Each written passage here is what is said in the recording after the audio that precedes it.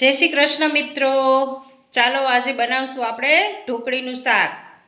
ઢોકળીનું શાક હોય છે એ બધા કાઠિયાવાડી રેસ્ટોરન્ટની અંદર હોય જ છે અને ઢાબામાં પણ હોય છે.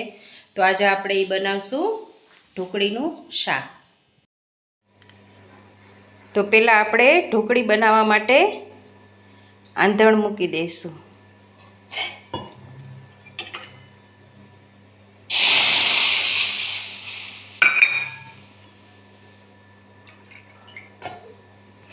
આ એક વાટકો ચણાનો લોટ હોય તો એના ડબલ પાણી મૂકવાનું.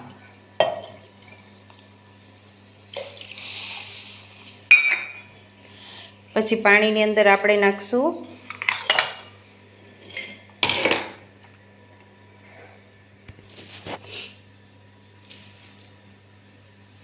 ડુંગળી, થોડાક લીલા મરચાં,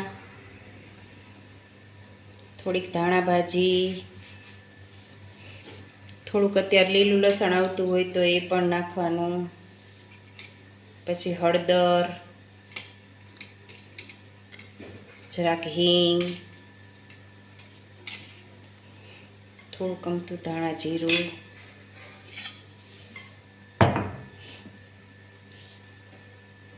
અને સ્વાદ મુજબ મીઠું.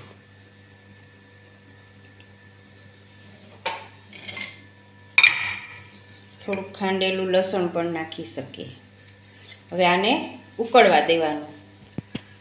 એકદમ ઉકળી જાય ને પછી એની અંદર આપણે લોટને નાખવાનો, ચણાના લોટને નાખવાનો. હવે પાણી આપણું ઉકળી ગયું છે. હવે આપણે એની અંદર લોટ નાખીશું. થોડો થોડો કરીને લોટ નાખવાનો.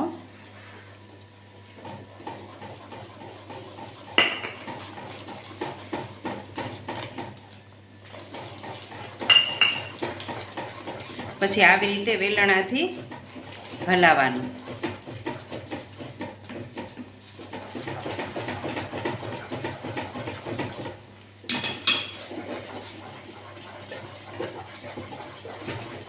પછી નાખવા ટાણે આપણે ગેસ થોડીક વાર ધીમો કરી દેવાનો.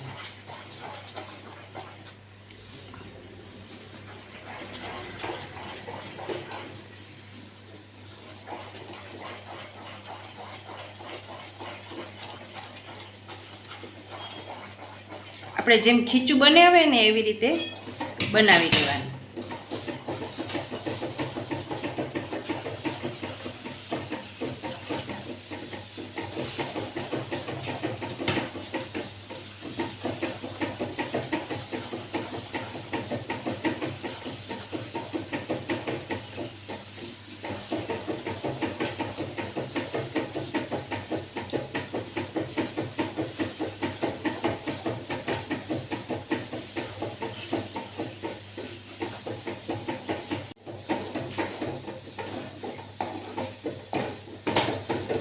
પછી કઢાઈમાં આમ મૂકી દઈએ ને, જ્યારે લોટ આમ ફ્રી થઈ જાય ને એટલી વાર સુધી આપણે એને હલાવવાનો.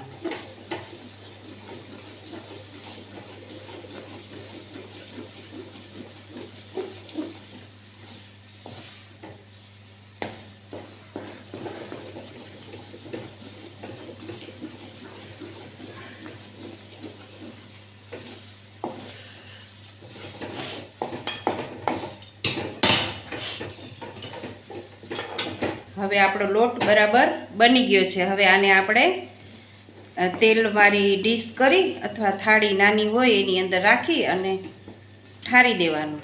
ઠરી જાય પછી એના કટકા કરી નાખવાના. જો આવી રીતે થાળીમાં અથવા ડીશની અંદર તેલ ચોપડી નીચે અને આપણો હાથ પણ તેલવાળો કરી અને પછી આવી રીતે દાબી અને ઠંડુ થવા દેવાનું. ઠંડુ થઈ જાય એટલે પછી એની અંદર કાપા પાડી લેવાના. આપણે જેટલી સાઇઝમાં જોતા હોય ને, ચોરસ કે ડાયમંડ શેપમાં કે. જો મિત્રો, હવે આપણી ઢોકળી ઠંડી થઈ ગઈ છે અને એને કાપીને શેપમાં પણ કરી લીધી છે. હવે આપણે ઢોકળીનો વઘાર કરીશું. એના માટે આપણે આખા ગરમ મસાલા,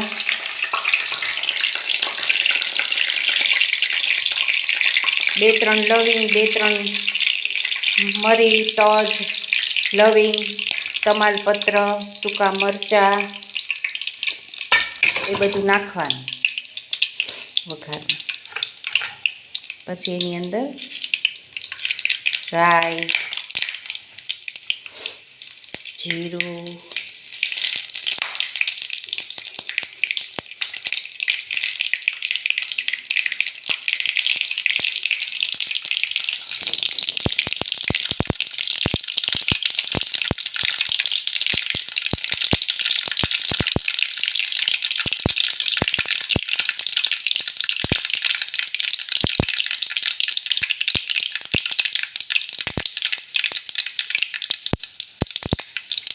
પછી મીઠું ને હિંગ નાખી અને પછી આપણે એની અંદર ડુંગળી નાખવાની.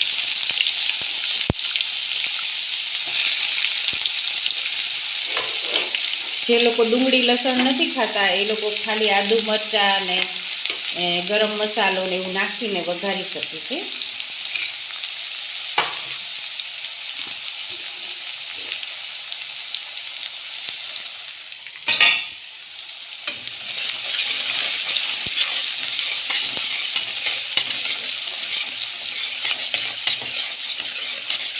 પછી ડુંગળીને થોડીક બ્રાઉન થાય ત્યાં સુધી સતળાવા દેવાનું.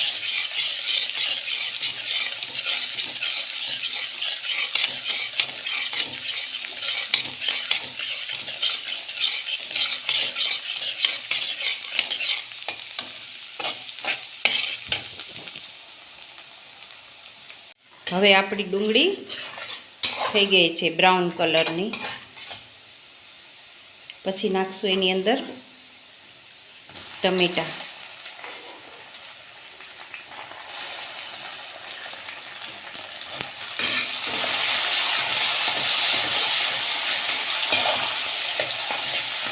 આપણે છાશમાં બનાવશું. બધો મસાલો સંતળાઈ જાય ને પછી આપણે છાશ એડ કરશું. પણ જો કોઈને છાશવાળું ન ભાવતું હોય અને છાશ વગર કરવું હોય તો આ બધી ગ્રેવી થઈ જાય પછી એની અંદર ઢોકળી નાખી અને ડ્રાય એવું શાક બનાવી શકાય. આપણે જે બનાવશું એ થોડું રસાવાળું બનશે.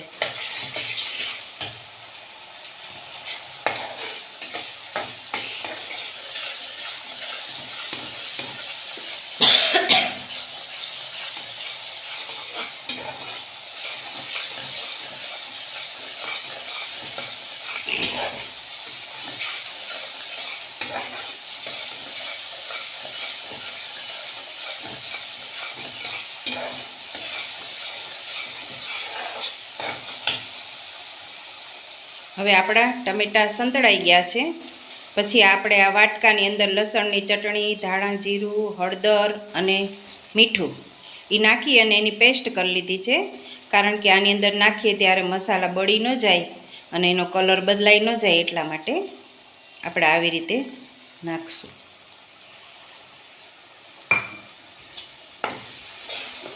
પછી આ પેસ્ટ નાખી અને આપણે એને એકદમ પાકવા દઈશું મસાલો. એમાંથી લસણ ને બધી કાચા મસાલાની વાસ ન આવે.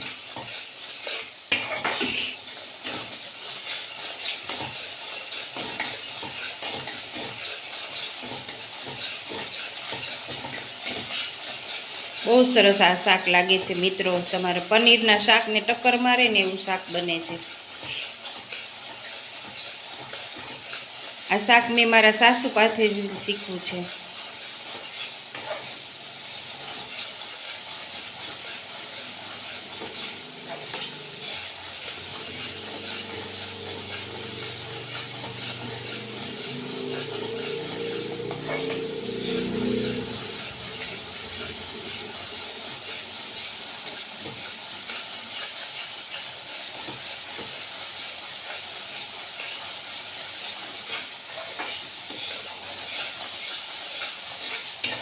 જો તમારે ડ્રાય બનાવવું હોય તો આ સ્ટેજ ઉપર પછી ઢોકળીને અંદર નાખી અને એકદમ સારી રીતે મિક્સ કરી અને પછી લઈ લેવાની.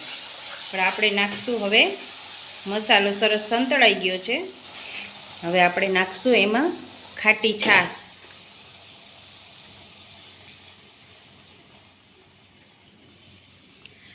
આ શાકમાં જો ખાટી છાશ હોય ને તો જ શાક સરસ બને છે. માટે જ્યારે પણ તમારે ઢોકળીનું શાક બનાવવું હોય ને ત્યારે થોડી ખાટી છાશ હોય ને તો સરસ બને છે.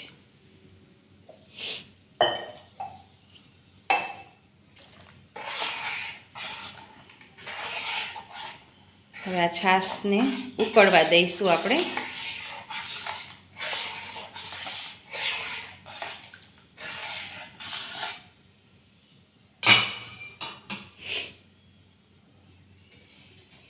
ઉકળતું હોય ને ત્યારે થોડાક ધાણા ભાજી નાખવાના એટલે સુગંધ સરસ આવે.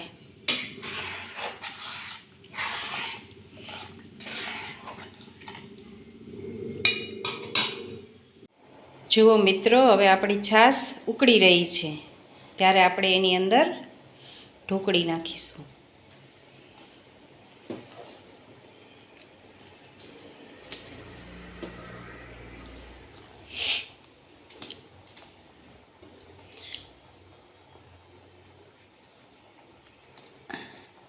ગુરુવારે આપણે એમ હોય ને ચણાના લોટનું કંઈક બનાવીએ ત્યારે આપણે આ ઢોકળીનું શાક બનાવી શકીએ. અને લીલોતરી ખાઈને કંટાળી ગયા હોય ત્યારે થોડું આવું શાક બનાવીએ તો એ મજા આવે છે. આની સાથે અમે લોકો પીળા ભાત બનાવીએ. પીળા ભાત એટલે જીરું ને હળદર નાખી અને ભાત વઘારવાના, અને રોટલી અથવા રોટલા સાથે બી સરસ લાગે છે. હવે બધી ઢોકળી નાખી દીધી છે, પછી આપણે એને હવે ચડવા દઈશું ઢાંકીને.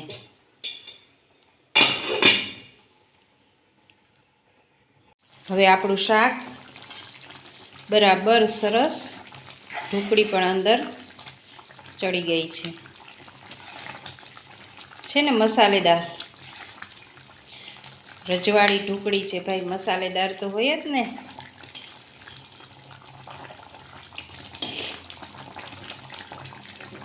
હવે આપણે થોડો રસો રાખવાનો, કારણ કે આપણે જમવા બેસીએ ને જો તરત બેસી જવું હોય ને તો થોડો ઓછો રાખવાનો, જેને જેવો રસો ભાવે એવો રાખવાનો એમ. કોઈને વધારે રાખવો હોય તો રાખવાનો અને કોઈને ઓછો રાખવો હોય તો રાખવાનો, કારણ કે આ થોડીક વાર પડ્યું રહે ને, સીજવા માંડે ને એટલે પછી આ ઢોકળી થોડોક રસો પી જાય એટલે પછી માપમાં થઈ જાય.